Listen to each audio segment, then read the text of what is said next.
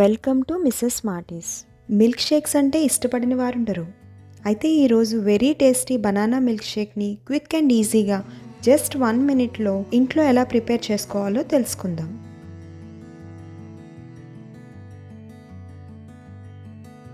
ఇలాంటి cooking, gardening, parenting మరియు dental educational videos కోసం మిసెస్ స్మార్టీస్ ఛానల్ని తప్పకుండా సబ్స్క్రైబ్ చేసుకోండి.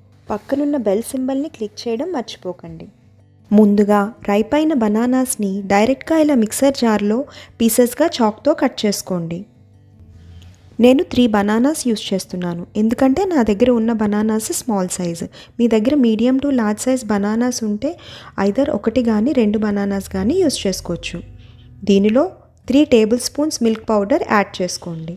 మీ దగ్గర మిల్క్ పౌడర్ లేకపోతే మిల్క్ పౌడర్కి బదులుగా చల్లటి మరిగించని పాలు కానీ లేదా కాచి చల్లార్చిన పాలు కూడా యూస్ చేసుకోవచ్చు. వేడి పాలు మాత్రం అస్సలు యూస్ చేయకండి. వేడి పాలు యూస్ చేస్తే బనానా మిల్క్ షేక్ విరిగిపోతుంది.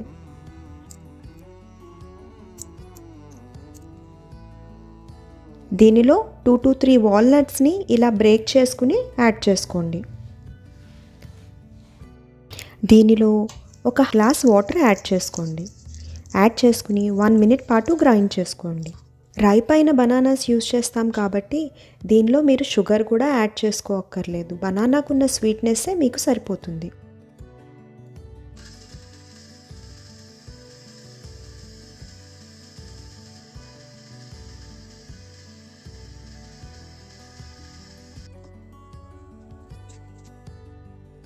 అంతేనండి, ఎంతో టేస్టీగా quick and easy banana milk shake ready అయిపోయింది.